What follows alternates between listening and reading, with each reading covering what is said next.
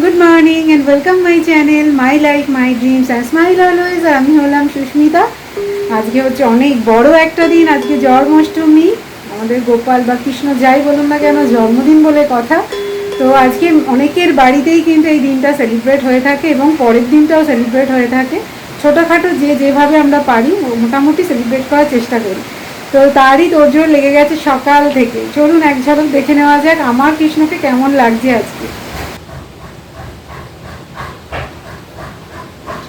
কেমন লাগছে আমার কৃষ্ণকে অবশ্যই কিন্তু নিচে কমেন্ট সেকশনে জানাবেন। আর আজকে তো সোমবার, সেই জন্য শিবের মাথাও জল ঢালা হয়ে গেছে, সমস্ত ঠাকুর পুজো দেওয়া হয়ে গেছে। আর যে যার কাজে আমরা কিন্তু এখন বসে পড়েছি।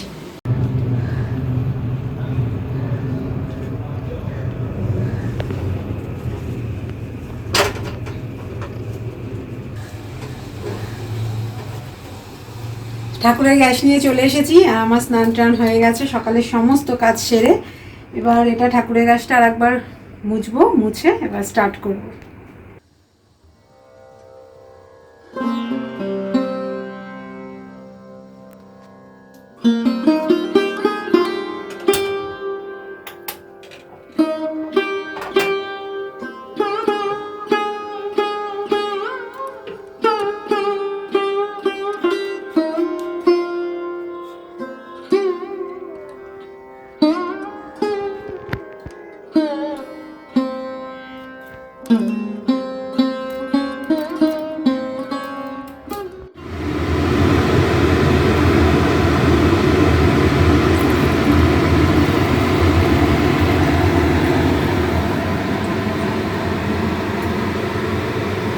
মাম্মা হাত লাগিয়ে দিয়েছে, স্নান টান করে চলছে সবার ফার্স্টে মালপোয়া ভাজা।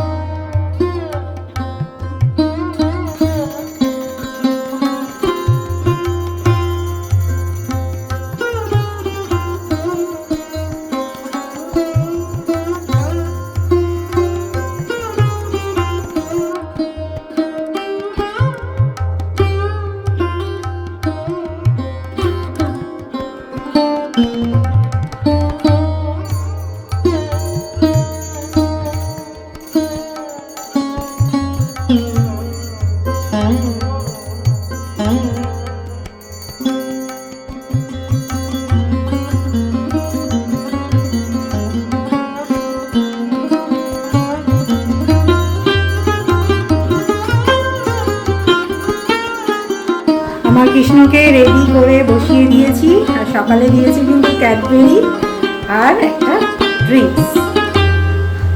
ক্যাডবেরি দিয়ে শুরু হলো আমার কৃষ্ণের আজকের দিন।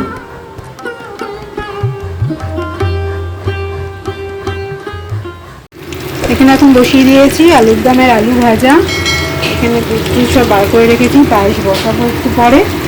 ফুচকাজে অনেক কিছু হয়ে গেছে, 5 রকমের ভাজা টাজাগুলো হয়ে গেছে। এখানে এখন অভিষেক করে বসে গেছে নারকেল ফাটিয়ে কোড়াতে, এই কাজটা ওরই থাকে। এখানে আমার অনেক রকমই রান্না হয়ে গেছে, সেটা হচ্ছে এখানে 5 রকমের ফ্রাই, এটা হচ্ছে কলমি শাক গাছের, সেই জন্যই করলাম চাটনি, আর এখানে হয়ে গেছে মালপোয়া, আর বাদ বাকি হচ্ছে।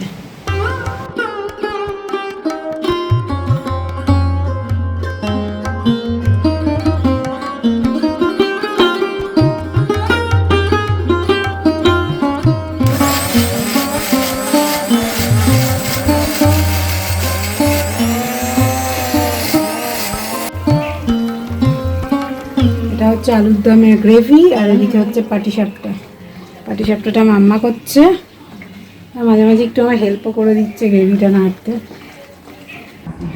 আর এই হচ্ছে আজকের পুজোর মেন ইনগ্রিডিয়েন্টস, তাল ছাড়ানো, যেটাতে অভিষেক একদম এক্সপার্ট। এখানে নারকেল কোড়ানো রয়েছে, তালের বড়া হবে আর নাড়ু হবে। বাইরে নেমে গেছে জোরে বৃষ্টি।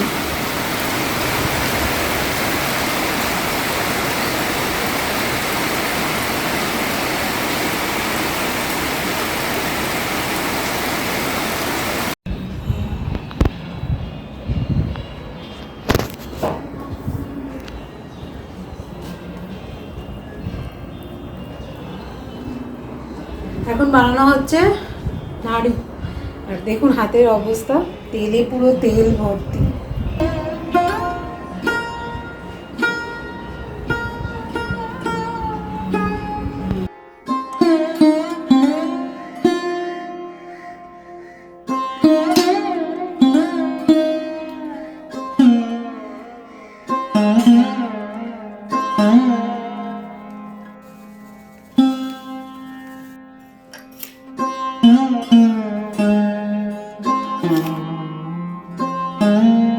এখন চলছে পায়েস, এখানে ভাজবো আমি এখন তালের বড়া।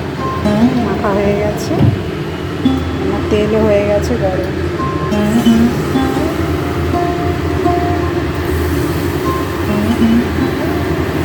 এখন বসিয়ে দিয়েছি পোলাও। তো পোলাওতে পনির দেবো, সেই পনিরগুলো একটুখানি আমি ছোটো ছোটো কিউবে কেটে একটু ফ্রাই করে নিচ্ছি ঘিয়েতে। এখন জন্মাষ্টমী তোড়জোড়ের জন্য চলে এসেছি এখন শেষ পর্বে। তো এখন চলছে পোলাও করা, তারপরে সমস্ত কিছু কিচেন টিচেন পরিষ্কার করে নেবো, ঘরটা পরিষ্কার করবো, নিজেরা একটু ক্লিন হবো, একটু সাজতে গুজতে হবে বাজছে বলে কথা। তো সেজে গুজে তারপরে গরম গরম লুচিটা করে তারপরে পুজোতে বসবো। তো মোটামুটি হয়েই এসেছে, এখন ঘড়িতে টাইম হয়ে গেছে 4:30। আর মাঝে মাঝে এত বৃষ্টি হচ্ছে, তবে এবারটা কিন্তু বেশ ঠান্ডা।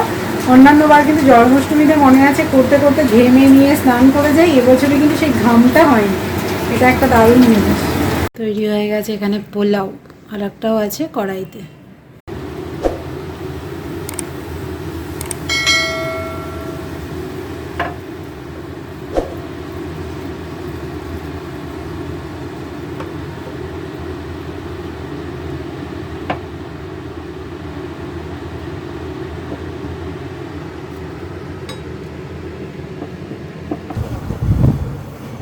এই হচ্ছে আজকে আমাদের তিনজনের লুকস কৃষ্ণের জন্মদিনের জন্য। তিনজন রেডি হয়ে গেছি, যদিও চোখ মুখ বসে গেছে, কিন্তু তবুও জন্মদিন বলে কথা, সাজতে তো হবেই।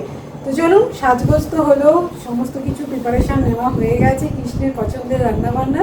এবার পুজোটা স্টার্ট করা যায়। আমার রাধা কৃষ্ণ বসে গেছে একদম ঠাকুর সেজে গুজে কিন্তু রেডি। জাস্ট এখন ওইখানে পড়বে হচ্ছে পোলাও আর লুচি, আর এখানে সাজানো চলছে, মাম্মা সাজাচ্ছে।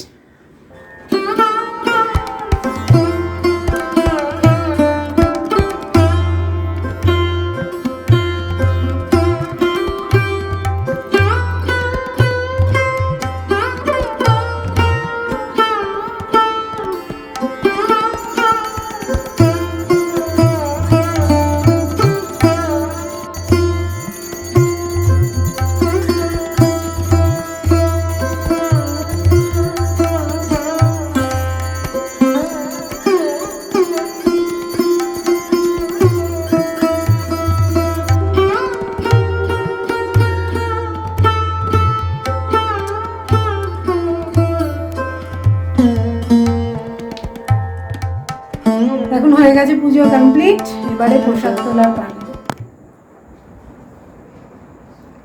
কি সুন্দর লাগছে না? আমার তো ভীষণ ভালো লেগেছে। আর এবারে প্রসাদ বানিয়েও ভীষণ আমি মানে মনটা খুব খুশি হয়ে গেছে। যাই হোক, আমার ক্যামেরার পেছনে কিন্তু দুজন দাঁড়িয়ে আছে প্রসাদ খাওয়ার জন্য, কারণ আজকে আমরা তিনজনেই উপোস ছিলাম সেই সকাল থেকে।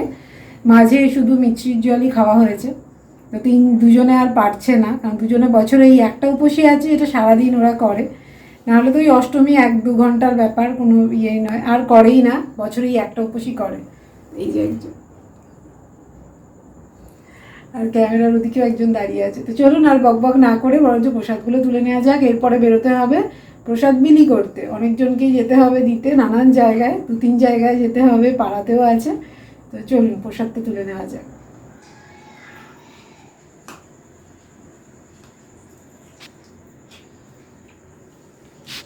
বসে পড়েছি প্রসাদ বাড়তে, ভাগে ভাগে প্রসাদগুলো বেড়ে নিই, দিয়ে দেবো, তাহলে কমপ্লিট। এখন প্রসাদ তোসাদ বিলি করে বাড়ি চলে এসেছি। আর একটু আগেও প্রচণ্ড জোরে বৃষ্টি হলো, যার জন্য যেতেও পারলাম না, কিছুক্ষণ ওয়েট করে তারপরে বেরোতে হলো। আর অভিষেকও প্রসাদ নিয়ে চলে গেছে। তো অভিষেকের অনেকটাই টাইম লাগবে, ওর তো অনেকটাই দূরে দূরে থাকে। তো আমাদেরটা হয়ে গেছে, এই পাড়াতে আমি যাতে যাতে প্রসাদ দিয়ে এসেছি। এবারে সব থেকে কষ্টের কাজ সেটা হচ্ছে গোছানো। এই গোছানোটা হচ্ছে, কিছুটা গুছিয়েছি, এখন পুরোটা গোছাতে হবে, যা ফ্রিজে ঢোকাতে হবে।